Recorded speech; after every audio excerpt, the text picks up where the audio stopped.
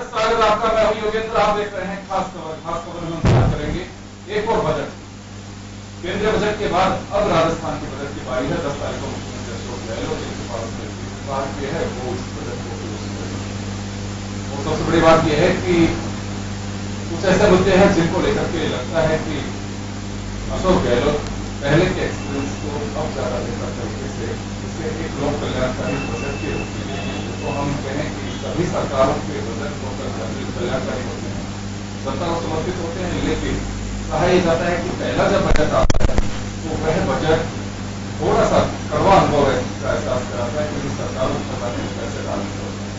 लेकिन अशोक गहलोत जब दूसरे कार्यकाल की पारी खेल रहे थे तो तब उन्हें इस बात का एहसास हो चुका था कि लास्ट के टाइम के किए गए डिसीजन से कार्य नहीं करते। लिहाजा दिखाई दे रहा है कि अब पहले बजट से शायद वो इसे लोक कल्याणकारी बजट बनाए। हालांकि अंतिम बजट जो पेश किया उन्होंने उससे लग रहा था कि लोकसभा चुनाव को ध्यान में रखा गया है, इस वजह से इस तरह का बजट दिया गया है। लेकिन अब बजट आ रहा है और इस बजट के क्या मायने हो सकते हैं, क्या खास हो सकता है, उस पर मैं चर्चा करूंगा। लेकिन राजस्थान विधानसभा के 2 सदस्य भाजपा से और कांग्रेस से वह क्या कह रहे हैं इस बजट को लेकर के, जरा सुनिए रामलाल शर्मा और शकुंतला रावत। कि जैसी नीयत होती है वैसी बरकत होती है। तो जिस सरकार की नीयत ठीक नहीं है, शुरू से ही खजाना खाली है, ऐसा ढिंडोरा पीटने का सरकार काम कर रही है। और मुझे लगता है कि बजट के अंदर भी प्रदेश के आवाम को कुछ मिलने वाला नहीं है, विकास के नाम पर जीरो। और आने वाले समय के अंदर आप सब इस बात को देखोगे कि आज भी वर्तमान में भी जनता अपने आप को ठगा से महसूस कर रही है। महिलाओं के लिए पहले भी राजस्थान की सरकार, जब हमारी कांग्रेस पार्टी की सरकार थी तो महिलाओं पे विशेष बजट दिया था, चाहे बालिकाओं की योजनाएं हो, चाहे महिलाओं की योजनाएं हो, तो नई नई योजनाएं तब जैसे जननी सुरक्षा योजनाएं हो, चाहे तो उस टाइम पे जो योजनाएं लागू हुई ऐसी योजना आज तक इतिहास में कभी नहीं हुई। ऐसा ही अब आगे बजट में होने वाला है।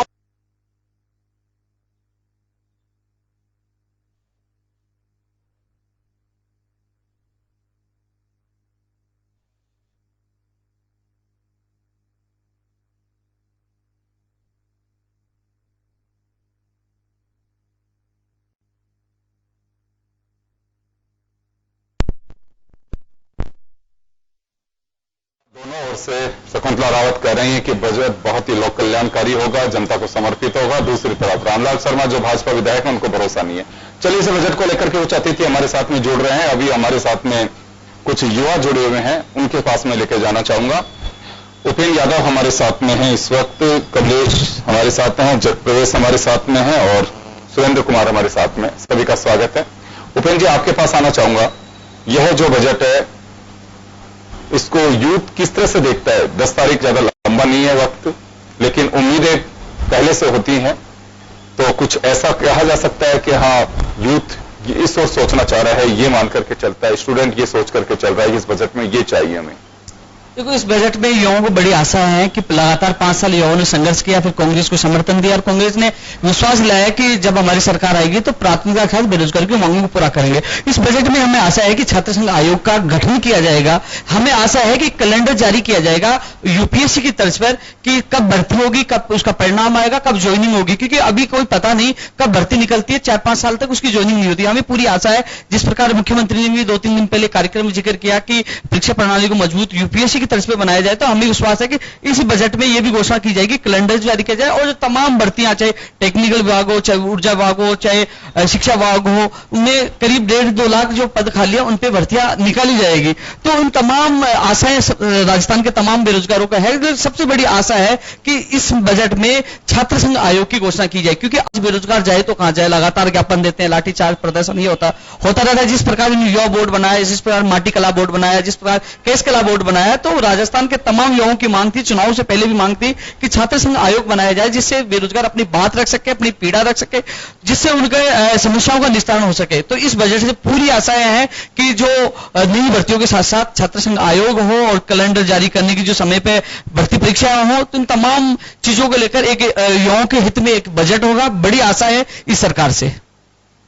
जी चलिए मैं आपके पास आना चाहूंगा बजट से कुछ स्टूडेंट्स को लगता है कि हाँ इस बजट में ये होना चाहिए, क्या होना चाहिए स्टेट बजट में एजुकेशन के लिहाज से? सर आप ये देखिए, एजुकेशन हर चीज की नींव है। चाहे आप युवाओं के लिए देख लीजिए, चाहे आप स्टेट के प्रोस्पेक्टिव से देख लीजिए कि स्टेट का भविष्य किस हिसाब से रहेगा, तो एजुकेशन का बहुत इंपॉर्टेंट रोल रहता है। मेरे हिसाब से मुझे ये लगता है कि जो स्कॉलरशिप स्कीम्स और चल रही हैं, जो अभी सिर्फ सोशली बैकवर्ड क्लासेस के लिए हैं, उसका दायरा बढ़ाकर इकोनॉमिकली बैकवर्ड क्लासेस के लिए भी किया जाना चाहिए। जैसे सरकार ने पिछले कुछ समय में बहुत बढ़िया कदम लिए कि लड़कियों के लिए हायर सेकेंडरी तक की शिक्षा फ्री, फिर उसके बाद में कॉलेज तक की शिक्षा फ्री। अब इसका दायरा अगर बढ़ाया जाए और ये स्कीम अगर जनरल स्टूडेंट्स के लिए अप्लाई की जाए, और सरकारी जो भी संस्थान है या जो सेल्फ फाइनेंस इंस्टीट्यूशंस हैं या जो प्राइवेट इंस्टीट्यूशंस हैं, वहां पर भी अगर गवर्नमेंट अपने थ्रू क्वालिटेटिव एजुकेशन को प्रोत्साहन देने के लिए और स्टूडेंट्स को प्रोत्साहन देने के लिए कि वो वहां पर जाएं, अगर गवर्नमेंट अपनी तरफ से स्कॉलरशिप लाए तो वो बेहतर रहेगा। उसके बाद में दूसरे राज्यों की तर्ज पर जहां पर भी बेहतर मॉडल चल रहे हैं, उसके आधार पर यहां पर हमारे एग्जाम पैटर्न लाया जाए, वो बेहतर रहेगा। उसके बाद में स्टूडेंट एक्सचेंज प्रोग्राम, जिसके तहत जो यूनिवर्सिटी में होता है कि स्टूडेंट्स जो फॉरेन यूनिवर्सिटीज है उनके साथ स्टूडेंट्स का एक्सचेंज होता है कि कुछ स्टूडेंट्स यहां से जाएंगे और कुछ स्टूडेंट्स वहां से आएंगे, तो एक कल्चर का आदान प्रदान। उसके बाद में हम हमारा एक कंपैरेटिव एनालिसिस करते हैं स्टूडेंट एक्सचेंज प्रोग्राम के तहत। ये सब चीजें होनी चाहिए, ये सब चीजें डब पड़ी हैं पिछले कुछ समय से। उसके बाद में कॉलेजों की संख्या ना बढ़ाकर जो एग्जिस्टिंग कॉलेज हैं उनके अंदर क्वालिटेटिव एजुकेशन जो है उसको बढ़ाया जाए। टीचर्स को रेगुलर असेसमेंट किया जाए कि क्या आज के समय की जो जरूरतें हैं वो उसके हिसाब से खरे उतर पा रहे हैं कि नहीं उतर पा रहे हैं, क्योंकि एजुकेशन का जो मॉड्यूल है वो कंप्लीटली चेंज हो चुका। जो 40 साल पहले था वो आज एप्लीकेबल नहीं है, आउट ऑफ कंटेक्स्ट सर लगता है सर। गुड, चलिए मैं आपके पास आऊंगा कमलेश एक बार। और बजट में क्या खास होना क्या चाहिए? देखिए सर, जैसे उम्मीद है लोगों को और वैसे स्टूडेंट्स को स्पेशली उम्मीद है इस बार बजट से, जैसे कि सरकार ने चुनाव से पहले भी कई वादे किए हैं और जो भी भर्तियां हैं वो कंप्लीट टाइम पे होनी चाहिए थी। उसके लिए जैसे उपेंद्र सर ने अभी बताया कि किस तरह से कैलेंडर जारी किया जाना चाहिए, कब विज्ञप्ति निकले, कब उसका एग्जाम होना चाहिए, कब प्री का रिजल्ट आना चाहिए, कब मेंस लगना चाहिए, कब इंटरव्यू, ये सब चीजें यहाँ पे अपने को स्टेट में अभी तक बिल्कुल देखने को नहीं मिली। बाकी यूपीएससी का टर्म है जो अभी अपनाना चाहिए यहाँ पे सरकार को। और उसी तरह जैसे युवाओं को उम्मीद है कि कांस्टेबल, एसआई और भी अन्य वैकेंसीज के बारे में भी बोला गया है, वो वैकेंसीज भी टाइम पे आने की उम्मीद है और इस बजट से युवाओं को बहुत काफी उम्मीद है। और साथ ही साथ युवाओं के साथ ही अन्य वर्ग के लोग हैं, किसान हो गए, बेरोजगार के साथ और महिला वर्ग हो गया, साथ ही जो अन्य गवर्नमेंट कर्मचारी हैं उनके लिए भी बजट में कुछ ऐसी चीजें होगी जो उन्हें उम्मीद होगी। सरकार ने पहले भी कई बार अपनी लोक लुभावनी चीजें जैसे पहले दी है, तो वो उम्मीद है कि इस बार बजट में वो जरूर देखने को मिलेगी। चले मैं आपके पास में आना चाहूंगा जग प्रवेश कि बजट में क्वालिटी एजुकेशन, ये बात अब बिल्कुल होनी चाहिए। वर्षों से हम देख रहे हैं लेकिन अभी ये दिखाई नहीं दे रहा कि एक कैलेंडर होना चाहिए, भर्ती कब निकल रही है, कब उसका क्या होगा। अभी तो बस सिर्फ एक चीज चलती है, आप भर्ती निकाल रहे हो फिर लिटिगेशन में चला जाता है। तो ऐसा कुछ होना चाहिए क्योंकि रोजगार के अवसर सरकार दावा करती है, कोई भी हो, कि रोजगार के अवसर मुहैया करा रहे हैं, लेकिन सरकार की जब ओपनिंग होती है तब वैकेंसीज निकलती हैं और जो पूरा कार्यकाल हो चुका होने वाला होता है तब तक भी कई तो ऐसी चीजें भर्तियां होती हैं कि जिनका कोई अता पता ही नहीं होता है कि ये भर्ती हुई भी थी कि नहीं हुई। तो ऐसा कुछ होना चाहिए रोजगार को लेकर के, एटलीस्ट सरकार ये काम तो कर ही सकती है। जी देखिए, बिल्कुल रोजगार के लिए कुछ ना कुछ जरूर होना चाहिए, क्योंकि आज के टाइम पे अगर देखा जाए तो भारत की 50% जनता 25 साल से कम है। लेकिन आज के जब आप पढ़ते हो 18 साल तक 12वीं होती है, उसके बाद में धीरे धीरे आगे पढ़ता है 25 साल तक तो उनकी केवल बीए और एमए एजुकेशन, नॉर्मल एजुकेशन होती है। लेकिन जब बीए और एमए के बाद में जब छात्र करें तो क्या करें, उनको 3-4 साल का वक्त लगता है कोई जॉब लेने के लिए। तो हम चाहते हैं कि शिक्षा के साथ साथ ऐसे कोई स्किल के प्रोग्राम चले ताकि एजुकेशन कंप्लीट होने के बाद में हमें तुरंत नौकरी मिले। युवा केवल आज के वक्त में रोजगार ही मांग रहा है। क्वालिटी एजुकेशन की बात, क्वालिटी एजुकेशन तब मिलेगी जब हम वहां पर उसको उस फील्ड में हम रिसर्च करेंगे। आज के टाइम पे यूनिवर्सिटी में ना कोई रिसर्च होती है, देखते ही देखते बस केवल आज के टाइम पे एजुकेशन का मतलब होगा एक डिग्री लेना, और वो डिग्री के तर्ज पे हमें आजकल नौकरी नहीं मिल रही है। जब हम डिग्री लेके जब नौकरी लेने जाते हैं तो वैसे कहते हैं उनको कम से कम 2 या 3 साल का एक्सपीरियंस चाहिए, लेकिन 25 साल के उम्र से कम चाहिए, 25 साल की उम्र के कम एक्सपीरियंस हो ही नहीं सकता। और बिना तजुर्बे के आधार पे हमें नौकरियां नहीं मिल रही हैं। देखिए देखा जाए तो सरकारी नौकरियां भी आजकल बहुत कम है। आरपीएससी जैसे अभी व्याख्याता की भर्ती है उसको आप उन्होंने आगे बढ़ा दिया है। अब धीरे धीरे करके जितनी भी सभी एग्जाम्स को आगे बढ़ा रही है, उन भर्तियों को आगे बढ़ा रही है। उससे कहीं ना कहीं हम सभी को लॉस है। अब अगली सरकार आएगी तब तक नई सरकार आएगी तब उसको वापस भर्ती को शुरुआत से शुरू करेगी। इससे हमें युवाओं को काफी नुकसान हो रहा है। और जब हमारे पास रोजगार नहीं होता तो छात्रों का या फिर जो कहीं युवाओं का जो ध्यान है किसी और दूसरी असामाजिक तत्वों की तरफ आकर्षित होता है। तो एक तरीके से क्राइम रेट बढ़ने में भी ये बेरोजगार एक बड़ा कारण है, सरकार को ध्यान देना चाहिए। बिल्कुल सर। चलो मैं एक चीज आपके साथ इस वक्त शेयर करूंगा कि कांग्रेस का जन घोषणा पत्र है राजस्थान विधानसभा 2018 का। कहा यह जाता है कि यह हमारा विजन डॉक्यूमेंट है और मंत्रिमंडल की बैठक में इसे रखा भी गया है। कहा यह गया है कि यही एक आधारशिला होगी और इसी के आधार पर हमारे काम होंगे। इसमें बहुत सारे अनाउंसमेंट हैं। हर तबके को इसमें शामिल करने की कोशिश की है। इसको जन घोषणा पत्र नाम दिया है। कहा यह जा रहा है कि बहुत सारे लोगों से चर्चा करने के बाद में इस डॉक्यूमेंट को तैयार कराया गया है और अगर सरकार की बात पर यकीन करें तो एक तरह से यह सरकारी दस्तावेज बन चुका है।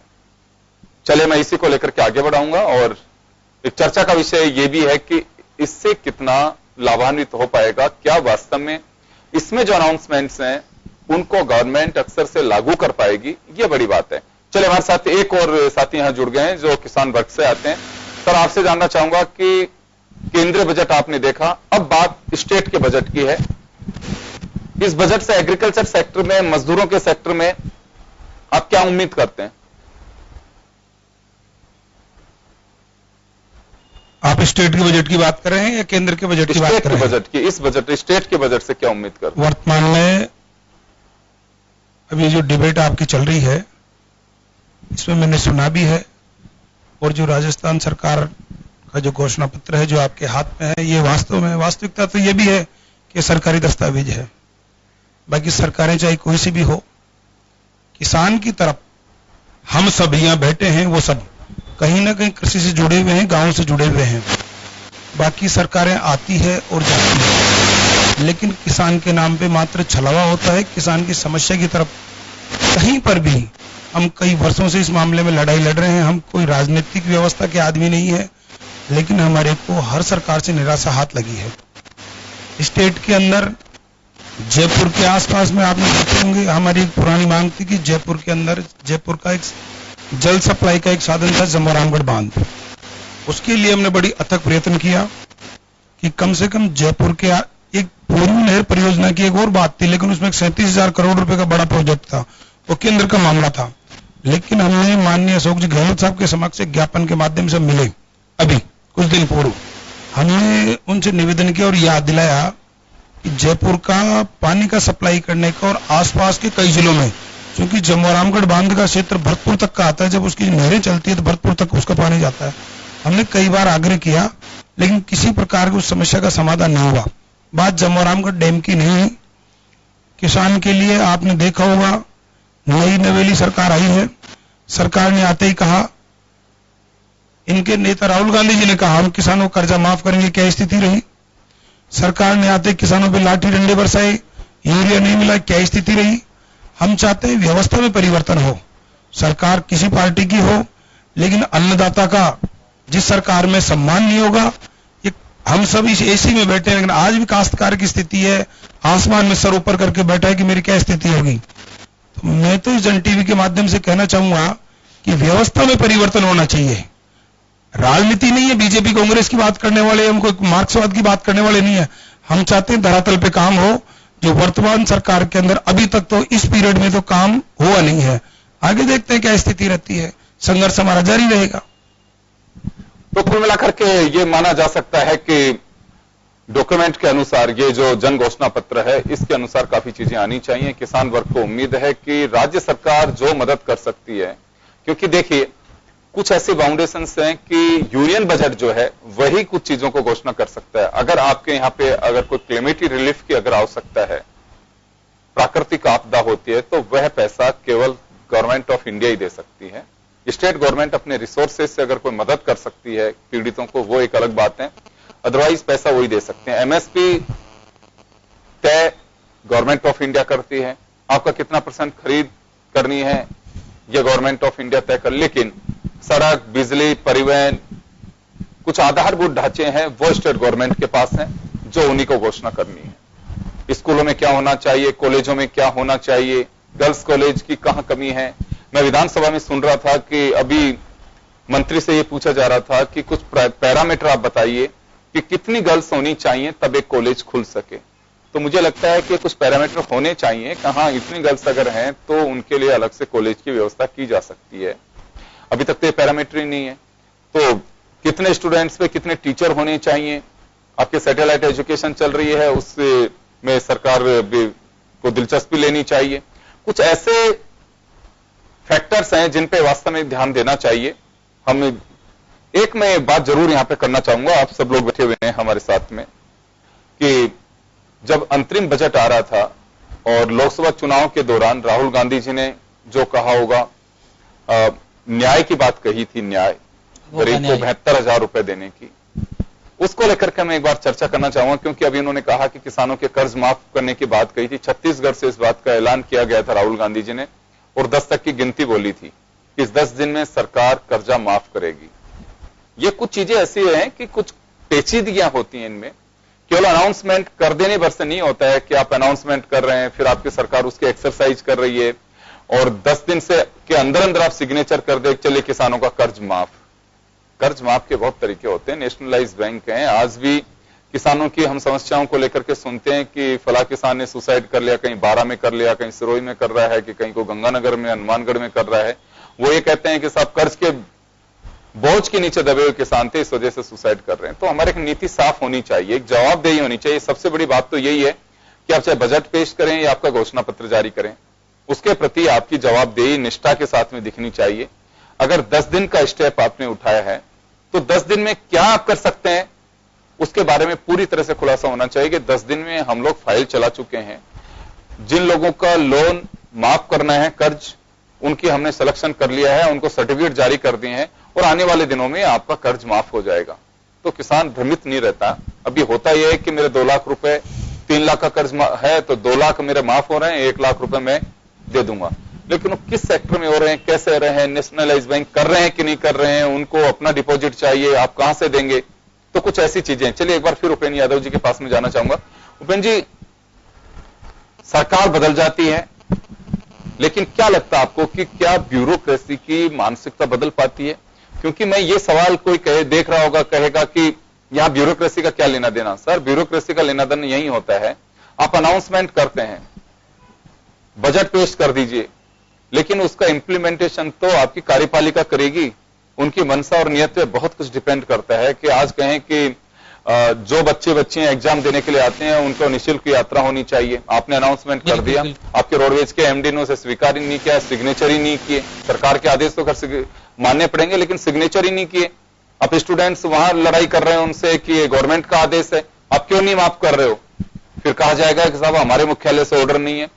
तो यहां कुछ चेक एंड बैलेंस की बात देखी जानी चाहिए। देखो योगेंद्र जी, आपको बहुत बहुत धन्यवाद। आप युवाओं के माध्यम से युवाओं की जो बजट से पहले आवाज बुलंद कर रहे हो।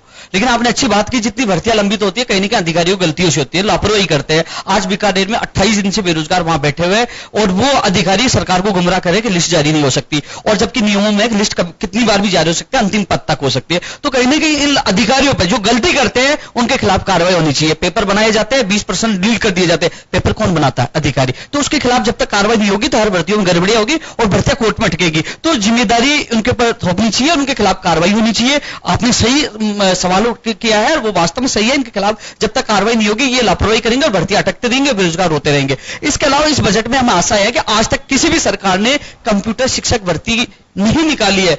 10वीं 12वीं में इतनी मोटी मोटी किताबें चलती हैं, इन बच्चों को कौन पढ़ाता है? कंप्यूटर जो लैब है 8000 से ज्यादा, वो धूल जमी है उनके ऊपर। तो इस बजट में आशा है कि कंप्यूटर शिक्षक भर्ती भी निकाली जाए। इसके अलावा राजस्थान में एक बड़ा दुर्भाग्य है कि राजस्थान के अभ्यर्थी बाहर जाते हैं तो वहां राजस्थान के अभ्यर्थियों को ये कहते रोक दिया जाता है कि आप बाहरी राज्यों के हो, और राजस्थान में 50% से ज्यादा बाहरी राज्य के अभ्यर्थी आते हैं। इसमें बजट की आवश्यकता नहीं है, इसमें सरकार की इच्छा शक्ति की आवश्यकता है। हम पिछले सरकार में भी संघर्ष कर रहे थे, इस सरकार में मांग रखी है कि बाहरी राज्यों को कोटा राजस्थान की भर्तियों में कम किया जाए है जिससे राजस्थान के अभ्यर्थियों का भला हो सके। इस बजट की आवश्यकता नहीं है, जितनी वैकेंसी होगी राजस्थान के अभ्यर्थियों को ज्यादा फायदा होगा यदि बजट कम किया जाएगा। इसके अलावा उन्होंने राजस्थान पुलिस की, पटवारी की कई घोषणा की गई है, उनकी विज्ञप्ति जल्द से जल्द जारी हो। और इसके अलावा जो तमाम जो लगातार हम मांग कर रहे हैं कि जब छात्र संघ आयोग क्यों बनाया जाए, इसलिए तो कि उसमें सुझाव दे सके, क्योंकि गलती अधिकारी करते हैं उसकी सजा बेरोजगारों क्यों, लगातार गलती अधिकारी कर रहे हैं। तो आपने बहुत अच्छा सवाल उठाया, उसके लिए मैं बहुत बहुत धन्यवाद देना चाहूंगा, क्योंकि हम लगातार सरकारों को कोसते रहते हैं, लेकिन जब तक सरकारें अधिकारियों पर नियंत्रण नहीं करेंगी, उनके खिलाफ कार्रवाई नहीं करेंगी, तो कहीं ना कहीं सिस्टम में सुधार नहीं होगा, भर्ती समय पर नहीं हो पाएंगे। आज भी 2013 के करीब 1 लाख से ज्यादा भर्तियां लंबित है, तो कहीं ना कहीं कई सरकारों की इच्छा शक्ति भी खत्म हो जाती है। लेकिन लगातार हम प्रयास करते रहते हैं, संघर्ष करते रहते हैं, मांग करते रहते हैं कि हाँ कैलेंडर जारी हो, बाहरी राज्यों का कोटा कम हो, रिक्त पदों पर नई भर्तियां हो, अधिकारियों के खिलाफ कार्रवाई हो, छात्र संघ आयोग बने, ये तमाम भर्तियों के लिए लगातार हम संघर्ष कर रहे हैं, तमाम मांग उठा रहे हैं। हमें आशा इस बजट से कहीं की सरकार राहत देगी और तमाम मांगों को पूरा करेंगे। चलिए, यूथ को लेकर के एक बात कही गई है कि युवा बोर्ड को समन्वय बैठाने के लिए, सक्रिय करने के लिए कोशिश की जाएगी, ताकि बेरोजगार जो युवक हैं वो उसके साथ में संवाद कर सकें। कहा तो यही गया था कि यूथ बोर्ड का गठन युवाओं की समस्याओं का निर्धारण करने के लिए सरकार और उनके बीच की एक कड़ी बन सके, उनकी प्रॉब्लम्स को सुन सके, बनाया तो इस वजह से गया था। लेकिन मुझे जहां तक ध्यान है 2 युवा बोर्ड बने अभी तक, एक पवन गोदारा अध्यक्ष रहे और दूसरे भूपेंद्र सैनी अध्यक्ष रहे। मुझे मालूम भी नहीं होगा इस बात का कि वो वास्तव में खुद के इर्द गिर्द जो लोग रहने वाले हैं उनके अलावा कितने यूथ के प्रोग्राम्स के कोई याद है आप लोगों को। सिर्फ एक बोर्ड बनने से नहीं, वास्तव में जो आपकी महती जिम्मेदारी है, एक तो सबसे बड़ी दिक्कत क्या है सरकारों के साथ में कि आप जो अनाउंसमेंट करते हैं उसका इंप्लीमेंटेशन रेशो और उसकी मॉनिटरिंग का बड़ा अभाव है। आपने 100 घोषणाएं की, लेकिन वो लागू कितनी हो पा रही हैं। यूथ बोर्ड तो बना दिया, लेकिन यूथ बोर्ड केवल दिखावे का नहीं है। बस से यूथ बोर्ड बनने के बाद में मैंने दोनों अध्यक्षों को जो देखा है, सिर्फ एक मकसद रहा उनका, कैसे भी करके मेरे एक प्रोग्राम के अंदर मुख्यमंत्री आ जाए, बस उसके बाद में मेरी तीसरी, मैं बिल्कुल पद्म विभूषण से नवाजा जाऊंगा, एक तरह से बस ये हो जाएगा। मुख्यमंत्री का आना एक ध्येय होता है उनका, मेरे प्रोग्राम में किसी में भी एक ही, यही पवन गोदारा की स्थिति थी, यही भूपेंद्र सैनी की स्थिति रही। पूरे टाइम बस एक ही काम में लगे रहते हैं, कैसे करके मेरे प्रोग्राम में मुख्यमंत्री आना चाहिए, वहां यूथ को इकट्ठा करेंगे। वो नहीं है साहब, आपके मुख्यमंत्री आए नहीं आए, लेकिन जिस मकसद के साथ में, जिस आत्मा के साथ में आपको जिम्मेदारी दी गई है, आप उसका निर्वहन करिए। जी उपेंद्र जी कुछ कह रहे हैं आप। योगेंद्र जी, मैं आपको बताना चाहूंगा कि इसमें जो लाइन जोड़ी गई ना, बेरोजगारों की नीति निर्धारण करेगी। हमने लगातार जब घोषणा पत्र, जब हमने समर्थन दिया, तो उसके बाद हमारी वार्ता होने के बाद ये लाइन जोड़ी गई थी कि युवा बोर्ड सशक्त होगा और बेरोजगारों की समस्याओं का नीति निर्धारण करेगा। तो अभी तक इसकी घोषणा ही नहीं हुई। जब तक घोषणा नहीं होगी तो क्या नीति निर्धारण करेगा? इसकी जल्द से जल्द घोषणा हो। इसके अलावा जिस प्रकार इन्होंने समाज को, जैसे मगरा बोर्ड बना दिया, आदिवासी बोर्ड बना दिया, माटी कला बोर्ड बना दिया, केस कला बोर्ड बना दिया, जाति विशेष के लिए उनका विकास के लिए बनाए, तो राजस्थान में सभी जाति के युवा बेरोजगार है, उनका विकास कब होगा? वो अपनी समस्या कहां रखेंगे? आज भी विधानसभा के सामने हजारों बेरोजगार वहां पड़े हुए हैं, अपने ज्ञापन देने आए। 1 तारीख को हमने दिया, तो लगातार कभी लाठीचार्ज होगा, कभी मुकदमे होंगे, कभी धरना प्रदर्शन होगा, लेकिन हमारी बात तो रख पाए, हमारी समस्या रख पाए। वहां अधिकारी बैठे होंगे, वहां मंत्री बैठे होंगे, वहां सदस्य बैठे होंगे, वहां पीड़ित अभ्यर्थी बैठे होंगे, ऑन द स्पॉट फैसला होगा, क्या समस्या, क्या निस्तारण होगा। तो इसलिए बोर्ड की आवश्यकता इसलिए होगी कि हमारी बात तो रख पाए। हम आज बात कहां रख पाए? लगातार मंत्रियों के पास जाते हैं तो ज्ञापन को देखकर मुंह फेर लेते हैं कि कहां आफत आ गई, क्योंकि उन्होंने वादे किए थे, लेकिन उनको वादे निभाने होंगे, समस्या सुननी होगी। कई ऐसी चीजें हैं जिनकी अच्छी तरह वो सुन ले तो उनका निस्तारण भी है, लेकिन वो सुनना ही नहीं चाहते, जानबूझ को टाल देते। इसलिए हमारा आयोग की आवश्यकता है कि राजस्थान में सबसे ज्यादा युवाओं ने विधानसभा चुनावों में भाग लिया था और उसके परिणाम स्वरूप सत्ता में कांग्रेस सरकार आई थी। इसलिए युवाओं के लिए युवा बोर्ड या छात्र संघ आयोग का गठन होना आवश्यक है। आप लोगों के पास में यहाँ एक छोटे से ब्रेक के लिए रुकेंगे, ब्रेक के बाद जल्द लौटते हैं।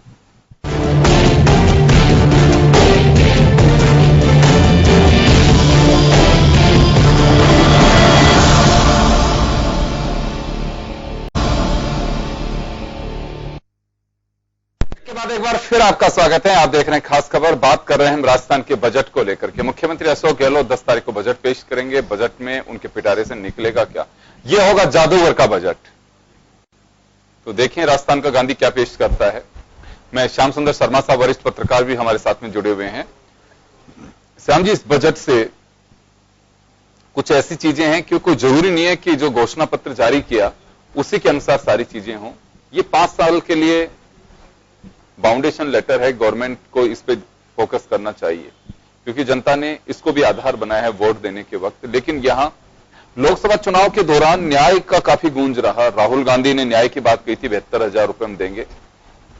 बेशक ये कांग्रेस के राष्ट्रीय घोषणा पत्र में रहा होगा, लेकिन आपको लगता है कि अशोक गहलोत राहुल गांधी की भावनाओं को यहां कहीं कुछ तरजीह दे सकते हैं, उन्हें बजट में कहीं शामिल किया जा सकता है? 72,000 नहीं तो लेकिन उसके आसपास का कोई तोड़ निकाल सकते हैं?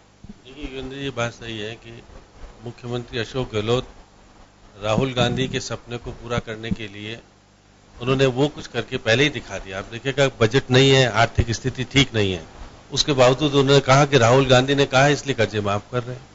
आज हमारा प्रदेश संकट की स्थिति में आ गया, उसके कारण 18,000 करोड़ रुपए देंगे कैसे?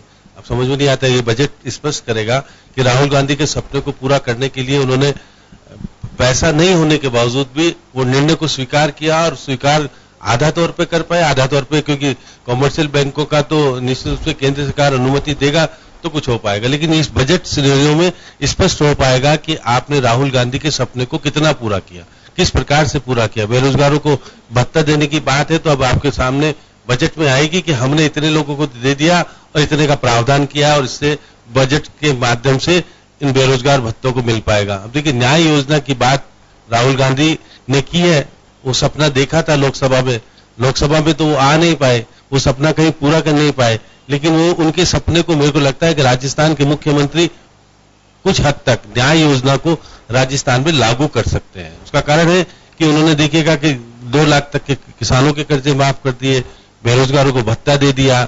अब थोड़े बहुत ही लोग बाकी रहे हैं जिनको न्याय योजना का लाभ मिलना है, इसलिए इस योजना को लागू करके ये दिखा देंगे वो राजस्थान में कि देखिएगा केंद्र में तो हमारा शासन नहीं आया, लेकिन राजस्थान में जब हमारी प्रदेश की सरकार है उसने हमारी सपनों को लागू करके दिखा दिया कि वो किस प्रकार से हमारी न्याय योजना को एक प्रदेश में लागू करना चाहते हैं। अब देखिएगा उससे पहले ये कहा था राहुल गांधी ने कि 3 साल तक कोई अनुमति नहीं लेनी पड़ेगी, उद्योग शुरू करेंगे। अशोक गहलोत ने उसको लागू करके दिखा दिया, उन्होंने पोर्टल के माध्यम से कह दिया कि कोई आपको अनुमति नहीं लेनी, आप कर सकते हैं। तो मैं मान के चलता हूं कि अशोक गहलोत राजनीतिक के तौर पर बहुत ही जादूगर हैं, और ये भी जानते हैं कि राहुल गांधी किसमें खुश होते हैं, वो उसके अनुरूप अपने बजट में बहुत सारी चीजें लाने का प्रयास करेंगे। देखिएगा महिलाओं को कुछ देने का प्रयास करेंगे इसमें, और किसानों को जिस प्रकार से केंद्र ने 6,000 रुपये सालाना जो निधि के माध्यम से सहयोग देने का प्रयास किया, तो पेंशन की बात करेंगे कि हम पेंशन किस प्रकार से दे सकते हैं, बुजुर्गों को पेंशन जो बढ़ाई है उसको भी बात करेंगे। तो वो सारी बात करेंगे कि केंद्र को जवाब देने के लिए राज्य सरकार किस अपने दायरे में रहकर के क्या क्या लागू कर सकती है, और ये पूरे प्रदेश में एक मॉडल रूप से राजस्थान बन के दिखाने का प्रयास करेगा कि देखिए राज्य में तो हमारी सरकार है तो हम किस प्रकार के निर्णय कर सकते हैं। अगर केंद्र में अगर सरकार आ गई होती तो राहुल गांधी के सपने को कैसे पूरा करके उस वर्ग को जो कि ध्यान रखने लायक नहीं होता, जिसका कि निम्न श्रेणी का होता है, अंतिम छोर के व्यक्ति को हम लाभ देकर के ये दिखाना चाहेंगे कि जो मालदार है उससे तो कुछ ले लो, और जो गरीब है उसकी किस प्रकार से सहायता दो। इस बजट में क्योंकि मुख्यमंत्री जी ने 2 दिन तक आम लोगों से बातचीत की, व्यापारियों से बातचीत की, युवाओं से बातचीत की, और काफी वर्गों से बातचीत करके उनकी भावनाओं को तो ले लिया है। अब उस भावनाओं को अपने बजट में किस प्रकार से उतारेंगे, वो सचिवालय में क्योंकि दिन रात लगे हुए हैं। 10 तारीख को बजट आएगा, कल उसका अंतिम रूप होगा, वित्त विभाग के अधिकारी सब लगे हुए हैं कि उनकी सपनों को किस प्रकार से कागजी तौर पर उतारा जाए। और क्योंकि ये बात सही है कि कुछ ही दिन बाद नगर निगम के चुनाव होंगे और फिर पंचायत के चुनाव होंगे, तो सरकार निश्चित रूप से किसानों का, युवाओं का बजट के रूप में देखा जाना चाहिए। चलिए मैं लौटूंगा आपके पास में, इस वक्त कमलेश हमारे साथ में। कमलेश आपके पास आना चाहूंगा, लेकिन इससे पहले मैं कहना चाहूंगा कि जीएसटी के बाद में कुछ इस तरह की स्थितियां बताई जाती हैं कि सरकार के पास में बहुत कुछ नहीं है, बहुत कुछ है सरकार के पास में। वो अपने रेवेन्यू लॉसेस को कम करने के लिए, खत्म करने के लिए वह अब 2-3 इश्यू ऐसे हैं जिसके आधार पर वह अब काम कर सकते हैं। काम इस मायने में कर सकते हैं, स्टाम्प ड्यूटी बढ़ाई जा सकती है, ट्रांसपोर्टेशन में टैक्स को इजाफा किया जा सकता है, रोड टैक्स जो स्टेट गवर्नमेंट लगाती है ट्रांसपोर्ट के माध्यम से, उसमें इजाफा हो सकता है। लिकर के पैसे बढ़ सकते हैं, कहा यह जाएगा कि देखिए शराब बुरी आदत है, इसमें पैसे बढ़ भी जाए तो क्या फर्क पड़ रहा है, अच्छी बात है। कुछ ऐसे इश्यूज हैं जिसमें लेकर के इजाफा किया जा सकता है। चलिए अर्चना जी हैं, मैं कमलेश आपके पास आऊंगा, लेकिन अर्चना सुराना जी हमारे साथ में जुड़ी हुई हैं। अर्चना जी आपसे जानना चाहूंगा मैं एक बार, खास खासकर दो चीजें मैं आपसे शेयर करना चाहूंगा। आप एक एंटरप्रेन्योर भी हैं, स्टार्टअप का वक्त या कहें दौर चल रहा है, क्या लगता है आपको कि स्टेट गवर्नमेंट भी अपनी तरफ से कुछ फंड अलोकेट कर सकती है स्टार्टअप्स को बढ़ावा देने के लिए? क्योंकि सेल्फ एम्प्लॉयमेंट तो उनका होता है, एम्प्लॉयर भी बन रहे हैं वो।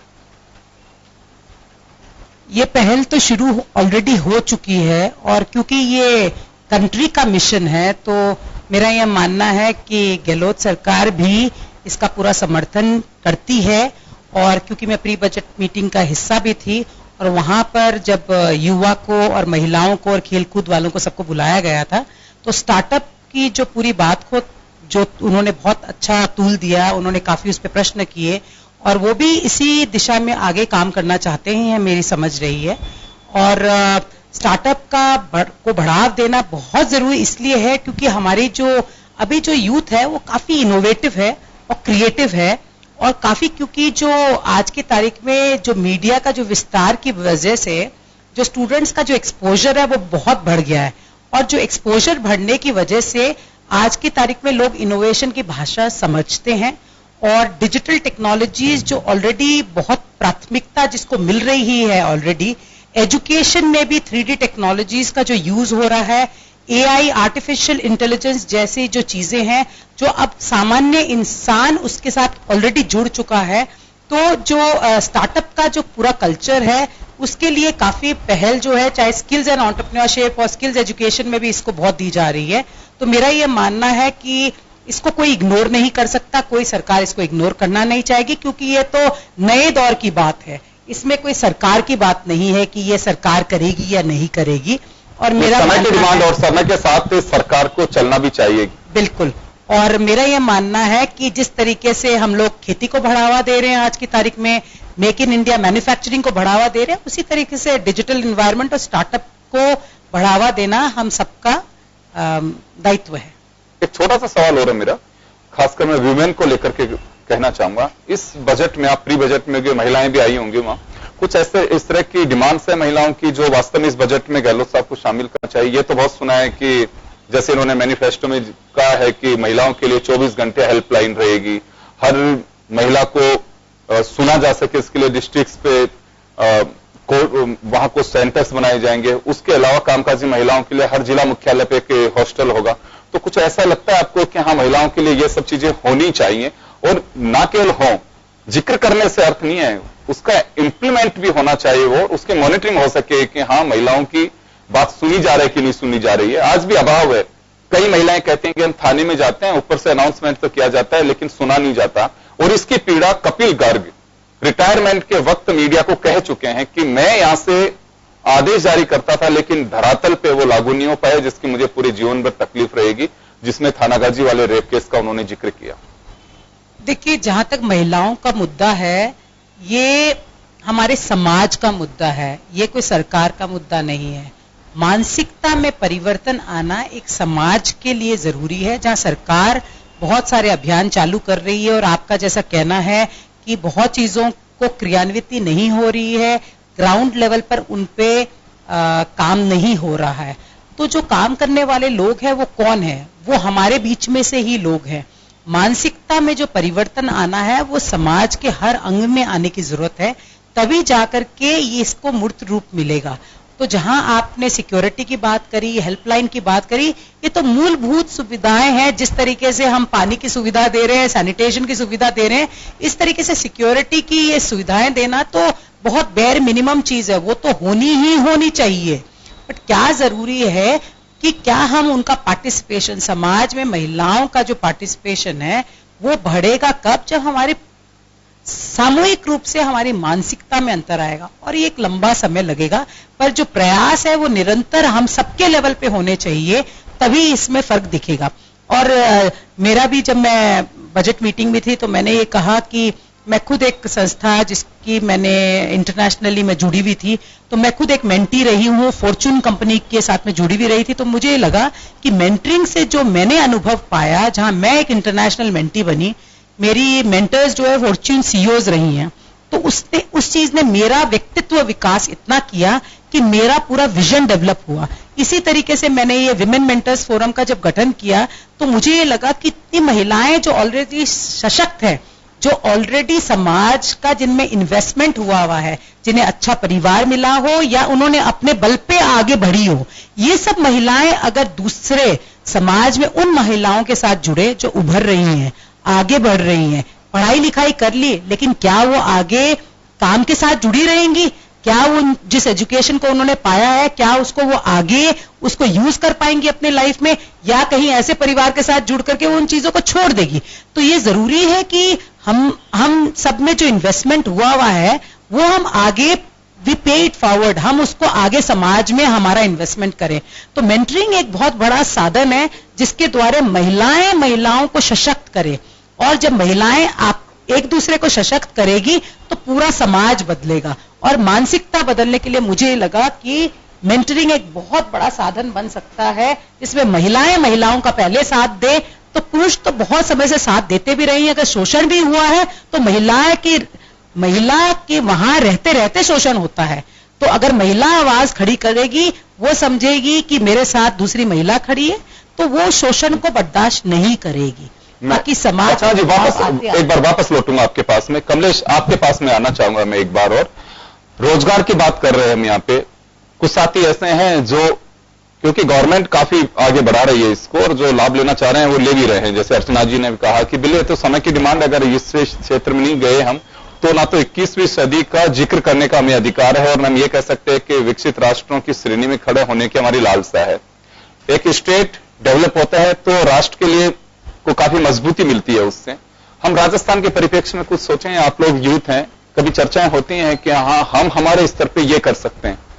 सर देखिए, सरकार द्वारा भी युवा उद्यमिता योजना चलाई गई थी, बहुत ही अच्छी स्कीम थी, युवाओं ने लाभ भी उठाया उसका, और आगे भी इस योजना को सरकार द्वारा बहुत ही महत्व दिया गया है और आगे भी दिया जाएगा। जैसे कि बजट आने वाला तो युवाओं के लिए वहां भी बहुत कुछ अच्छा होने वाला है और युवाओं को पूरी उम्मीद है।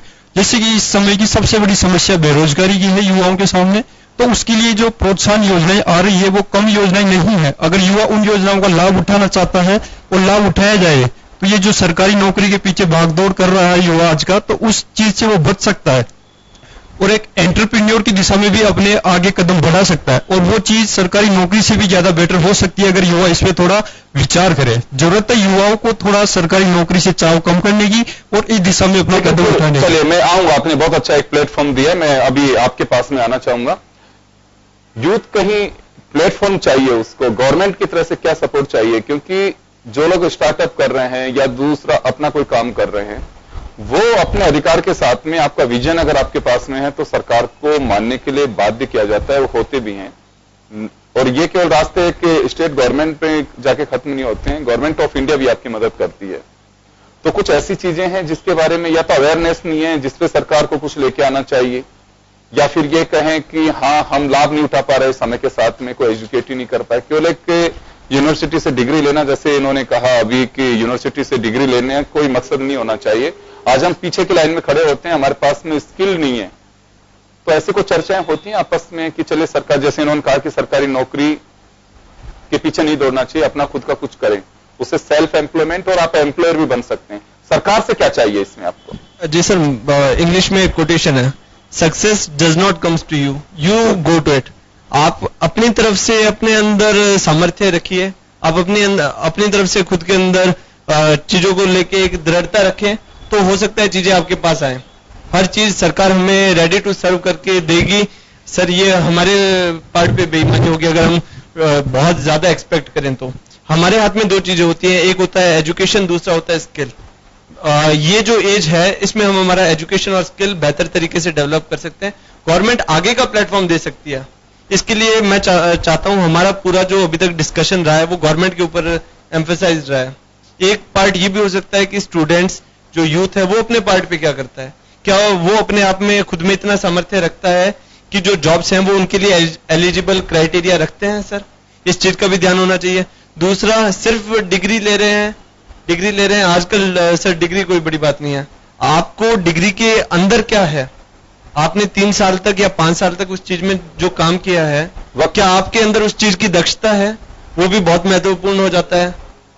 क्वालिटी एजुकेशन बड़ी मायने रखते हैं, और उसके अलावा आपके पास में डिग्री के साथ प्रोफेशनल कोई एजुकेशन ऐसे साथ में होना चाहिए। आज लोग ये कहते हैं कि आईटीआई जो कर रहा है वो ज्यादा पैसे कमा रहा है। सर क्वालिटी एजुकेशन, साथ पे आपको उसका प्रैक्टिकल एप्लीकेशन भी मालूम होना चाहिए। जैसे हम लॉ कर रहे हैं तो हमें सिर्फ क्या किताबों में लिखा है उसके बियॉन्ड जाना पड़ता है, इसकी लेजिस्लेटिव हिस्ट्री और इसका प्रैक्टिकल एप्लीकेशन। क्योंकि अगर आप सिर्फ खुद को एकेडमिक्स तक सीमित करके रखेंगे और अपॉर्चुनिटीज को खुद अवेल नहीं करेंगे तो हो सकता है मौका आपके हाथ से चला जाए। ये सिर्फ एजुकेशन सेक्टर तक की नहीं है, ये सर एग्रीकल्चर सेक्टर की भी बोलूंगा। सेक्टर्स में मैं आऊंगा, आपके पास वापस आऊंगा। वकील साहब आपके पास आना चाहूंगा एक बार में। किसानों का कैसा एक्सपीरियंस है अभी तक? अनाउंसमेंट हमेशा बहुत अच्छी की जाती है और मैं अभी पिछले 6 मैनिफेस्टो देख रहा था दोनों पार्टियों के, हालांकि मैं कांग्रेस का ये मैनिफेस्टो लेके आया हूं अभी साथ में। पहला पेज हर पार्टी ने अपने बड़ी उससे शिद्दत के साथ में ये सजोया है। एग्रीकल्चर, किसान कल्याण, कृषि बागवानी, कृषि विपणन, अकाल प्रबंधन, कृषि ऋण, फसल बीमा तथा खाद बीज। ये हमेशा खेती किसान इनको लगाते हैं पहले पेज पे, चाहे बीजेपी हो चाहे कांग्रेस हो चाहे दूसरी पार्टी अगर कोई जारी करती है तो फिर यूथ का नंबर आता है। किसानों के लिए जो योजनाएं लाए उस पर किसान पे कितना असर आ रहा है, उसका कुछ हालात सुधर रहे हैं? आज भी किसान की तस्वीर तो वही आ रही है, फटा हुआ बनियान, सर पे एक छोटा कपड़ा, आसमान की तरफ देखते हुए। किसान की तस्वीर और तकदीर क्या बस यहीं तक सीमित है? योजनाओं का कितना असर हो पा रहा है? आपने देखा होगा राजस्थान एक शुष्क प्रदेश है। राजस्थान में मुख्य रूप से दोनों पार्टियों का शासन रहा है, भारतीय जनता पार्टी का और कांग्रेस का। चूंकि अधिकतम हमारे यहाँ क्षेत्र की जो जनसंख्या ग्रामीण क्षेत्र में ग्रामीण परिवेश की है और गांव में मुख्य रूप से कृषि उनके व्यवसाय है। किसान की स्थिति में किसी प्रकार का परिवर्तन नहीं है। मैं प्रॉपर आज भी गांव से बिलोंग करता हूं और यहाँ शायद इस स्टूडियो में बैठने वाले भी ज्यादातर लोग गांव से बिलोंग करते हैं। केवल और केवल वोट लेने के अलावा, किसान को छलने के अलावा, किसान को झूठ बोल के और उसको छलावा करके उसको वोट लेने के अलावा किसी प्रकार का उसको कोई मदद नहीं हुई है, चाहे बीजेपी हो चाहे कांग्रेस हो। आपने देखा होगा भी राहुल गांधी जी या गहलोत जी ने साहब लोन माफ किया। मैं कहना चाहूंगा सर, लोन माफ करना कोई न्यायोचित स्थिति, मेरे को न किसी प्रकार की पॉजिटिव, मैं तो इसके साथ नहीं हूं कि आप किसी को आप लोन दे और उसको आप माफ कर दें। किसान की मुख्य तकलीफ है पानी नहीं। राजस्थान की स्थिति है पीने तक को पानी नहीं, कृषि की स्थिति बड़ी दूर है। खेती की स्थिति आती है, खाद नहीं है, ठीक से बीज नहीं है। राजस्थान मैंने मेरे हाथ से 5 FIR इस बात की दर्ज करवाई है जब नकली बीज, नकली खाद किसान के साथ ऐसा चला हुआ है, डुप्लीकेट चीजें मिल रही है, जबकि उनके खिलाफ थाने की स्थिति तो परिवाद दे दूं। मैंने कहा भाई 420, 468, 67 के अंदर क्यों नहीं FIR दर्ज करते हो? मैं शामिल ये सब कहना चाहूंगा, किसान की स्थिति में कोई तब्दीली नहीं है। अगर बाहर अपन जाए जयपुर को छोड़ के अपन गाँव की में आज अपन देखें, बड़ी दयनीय स्थिति है। मैं गांव से बिलोंग करता हूं, मेरे पास 45 बीघा पक्की जमीन के, मेरे फादर काश्तकार हैं। 9 बोरी गेहूं की खाने के लिए हमने परचेज किए। जमारामगढ़ से आता हूं मैं जयपुर के। जो काश्तकार में अगर वकालत नहीं करें और काश्तकार की स्थिति है, उसके परिवार में अगर कोई भी व्यक्ति अगर व्यापार धंधा मजदूरी नहीं करेगा तो कृषि के कारण वो अपना परिवार नहीं चला सकता। अगर मैं वकालत नहीं करूं या रोजगार नहीं करूं, मैं गाँव 45 बीघा पक्की जमीन है, कच्ची की बात नहीं कर रहा, 1 बीघा में 3025 की जमीन होती है। उसके बावजूद ये स्टूडियो से 38 किलोमीटर दूर गांव में मेरा जो 9 बोरी गेहूं की परचेज करने के लिए ली है। तो वास्तविकता यह है उनकी छलावा है किसान की तरफ पार्टियों की कोई आऊंगा आपके पास वापस। तो कुल मिलाकर के इंफ्रास्ट्रक्चर पे जोर दिया जाना चाहिए। एग्रीकल्चर सेक्टर में भी आपके पास में कोल्ड स्टोरेज होने चाहिए। आप पॉली हाउस, ग्रीन हाउस का जिक्र तो करते हैं, लेकिन वो कहां चल रहे हैं? ड्रिप इरिगेशन के लिए हम कभी इजराइल भेजते हैं, कभी अफगानिस्तान भेजते हैं, कभी साउथ अफ्रीका भेजते हैं। ये कार्य धरातल पे नहीं हो रहा। रोचक बात यह है कि हम एक टूर के लिए ब्यूरोक्रेट्स को भेजते हैं और जब आते हैं उसके 10 दिन बाद में उनका तबादला कर दिया जाता है। लाखों रुपए का कुंडा। आप कम से कम आप किसी को भेज रहे हैं। अर्चना जी खुद एक उद्योगपति हैं, ये जानती हैं, अगर अपने ऑफिस से किसी को भेजेंगे तो ये नहीं कि बस उसको आप टूर पे भेज रहे हैं और आते ही, ऐसा कोई उद्योगपति नहीं करता है। जिस व्यक्ति पे पैसे खर्च कर रहे हैं उसका रिटर्न हर आदमी चाहता है कि आप टेक्नोलॉजी सीख के आए हो, आप इसको इंप्लीमेंट करिए। यहाँ पे हमारे होता ही है कि लिस्ट आती है, अधिकारी वहां से गायब। अरे साहब पैसे खर्च किए जनता की गाड़ी कमाई के, आप उसको देखो तो सही। कोई ऐसा पायलट प्रोजेक्ट उससे दीजिए कि 2 डिस्ट्रिक्ट्स में ये काम करके दिखाएंगे, आप लोग उसे फॉलो करिए। तो मुझे लगता है इसका बड़ा अभाव है। ये बजट की चीजें नहीं है, लेकिन मॉनिटरिंग की चीजें हैं कि जो ड्रिप इरिगेशन या दूसरी चीजों को आप खजूर की खेती करेंगे साहब, यहाँ पे कहां से आया ये दिमाग में कि साहब गल्फ जाकर के आए थे, वहां खजूर के लिए हमारा जैसा एनवायरमेंट है वहां पे, और बिल्कुल बाड़मेर जैसलमेर में बहुत अच्छी शानदार हो सकती, कहने में बहुत अच्छा लगता है, लेकिन आप करके तो देखिए एक बार। हो सकता है, ऐसा नहीं है कि नहीं हो सकता, लेकिन आप जब तक करेंगे नहीं तब तक कैसे होगा। चले मैं एक बार फिर आपके पास में आऊंगा जयप्रवेश, बहुत शॉर्ट में बताइएगा मुझे। मैं यूथ के एम्प्लॉयमेंट की हम बात कर रहे हैं, कब तक सरकारों के भरोसे रहें? सरकार से आप चाहते क्या है?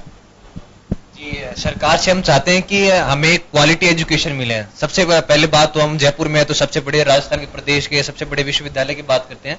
राजस्थान विश्वविद्यालय में आज देखी जाए तो आप महारानी में आप देखोगे तो आप मेरिट बेसिस सिलेक्शन होते हैं, महाराजा में मेरिट बेस सिलेक्शन होते हैं। बच्चों की 95% 198% के बच्चे यहाँ पर आते हैं, लेकिन जब उनका फर्स्ट ईयर का रिजल्ट आता है तो उनके केवल मात्र 60-65% रह जाते हैं। इसमें कहीं ना कहीं जैसे कि अर्चना जी ने बताया मेंटरशिप की कमी है। आप देखे जाएंगे तो राजस्थान विश्वविद्यालय में कम से कम 520 व्याख्याताओं की कमी है। तो जहां पर आप बच्चों को आप पढ़ाने वाले ही नहीं है, तो वहां पर बच्चों को जब शिक्षा ही नहीं मिलेगी तो बच्चे आगे कैसे प्रोग्रेस करेंगे। तो हम चाहते हैं राजस्थान विश्व सबसे पहले तो शिक्षा प्रणालियों पे अपना ध्यान अपने केंद्रित करें, सबसे पहले उनकी भर्तियां करें, उसके बाद में जैसे जैसे बच्चे स्किल होंगे, बच्चों को मेंटरशिप मिलेगी बढ़िया, तो बच्चे रोजगार के लिए स्वतः ही बढ़ते ही जाएंगे। तो मैं चाहूंगा कि राजस्थान विश्वविद्यालय में भी जैसे कि पोस्टों की कमी है तो उनको भरें और राजस्थान सरकार उसके ऊपर जरूर ध्यान दें। चलिए मैं श्याम जी आपके पास में आना चाहूंगा एक बार। मैं एक चीज आपसे जानना चाहता हूं कि कुछ ऐसी चीजें सामने आई हैं पिछले दिनों में जो घटनाक्रम कहें, जिससे चाहे कोई छेड़छाड़ की घटना हो या फिर मजदूरों के साथ जुड़ी प्रॉब्लम हो, जो सामने दिखाई देती हैं, रोड एक्सीडेंट्स हो। अशोक जी काफी लिबरल इस मामले में बताए जाते हैं, धरातल की चीजें सुनते भी हैं, और तो कुछ ऐसा लगता है कि जो प्रैक्टिकली जो चीजें देखी गई हैं वो बजट में उतारी जा सकती हैं। देखिए योगेंद्र जी, ये बात सही है कि पिछले दिनों आपने प्रताप सिंह खचरियावास जो परिवहन मंत्री हैं उनको सुना होगा कि ट्रैफिक कंट्रोल की बैठक हो चुकी है।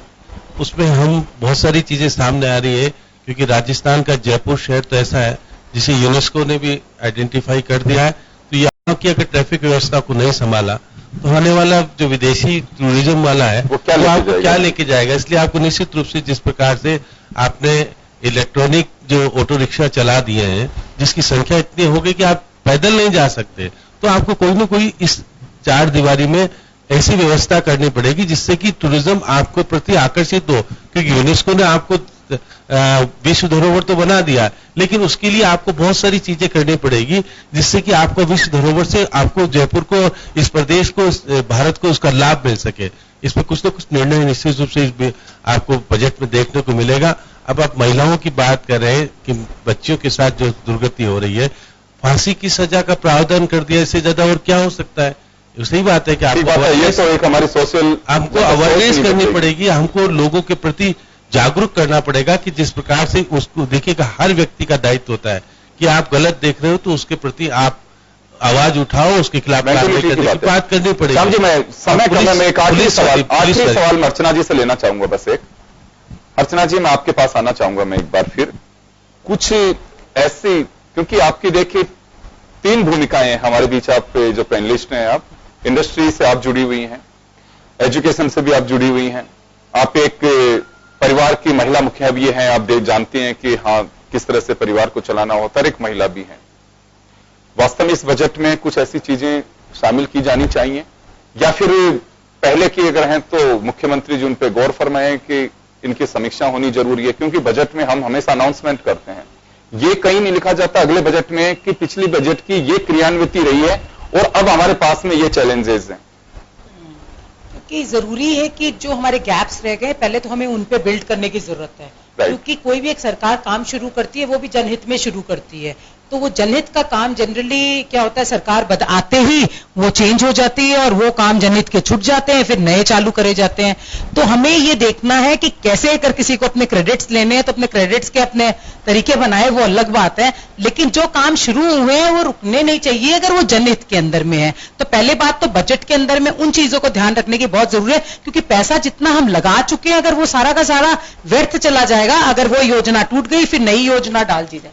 तो ये जो क्रम है ये हमारे देश के लिए अच्छा नहीं, प्रदेश के लिए अच्छा नहीं है।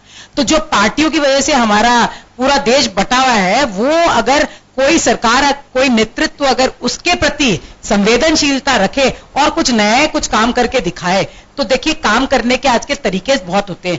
कहते हैं ना, what is not important, how it is important. तो हाउ में अगर आपको अपनी सरकार को क्रेडिट देना है तो उसकी आप व्यवस्था चाहे कर लीजिए, लेकिन वो योजनाओं को लगाम मत लगाइए कि भाई वो खत्म हो जाए। और ये अगर हो सकता है तो बहुत अच्छा है। प्लस मेरा ये और कहना था कि महिला उद्यमिता को बढ़ाने के लिए अगर स्पेशल इकोनॉमिक जोन एक विमेन के लिए हो, जहां पे, क्योंकि मैं आंध्रा में एक प्रोग्राम में गई थी जहां पे अलीप के नाम से एक बना हुआ है और बहुत सक्सेसफुल है वहां पर, और स्पेशल इकोनॉमिक जोन है जहां पर केवल महिलाएं उद्यमी अपने सारे उद्यम लगाती है। तो उससे क्या होता है, एक सेफ जोन क्रिएट होएगा और महिलाएं भी वहां जाने में, जो हर वर्ग की महिलाएं जाने में कंफर्टेबल भी फील करेगी। तो धीमे धीमे जब लगेगा कि भाई हम part of the economic growth हो जाते हैं तो साथ में कॉन्फिडेंस भी बिल्ड होता है। तो मेरा इतना ही कहना था। बिल्कुल, नारी तो नारायणी, ये निर्मला सीतारमण ने कहा, तो उम्मीद की जानी चाहिए कि महिलाओं को बड़ा एक आधार बनाया जा सकता है। और मुझे जैसा लगता है कि इस बजट में मुख्यमंत्री Ashok Gehlot women, youth, agriculture, इन तबकों को जरूर छूने की कोशिश करेंगे, चाहे वुमेन सिक्योरिटी की बात हो, चाहे उनके एम्प्लॉयमेंट की बात हो। तो लगता है कि कुछ ऐसे इश्यूज हैं जो बजट में जरूर दिख सकते हैं। चलिए, आप सभी का अपने खुल करके विचार रखने के लिए हमारे इस प्लेटफॉर्म पे, उसके लिए बहुत बहुत शुक्रिया। और आज खास खबर में इतना ही, दीजिए इजाजत, नमस्कार।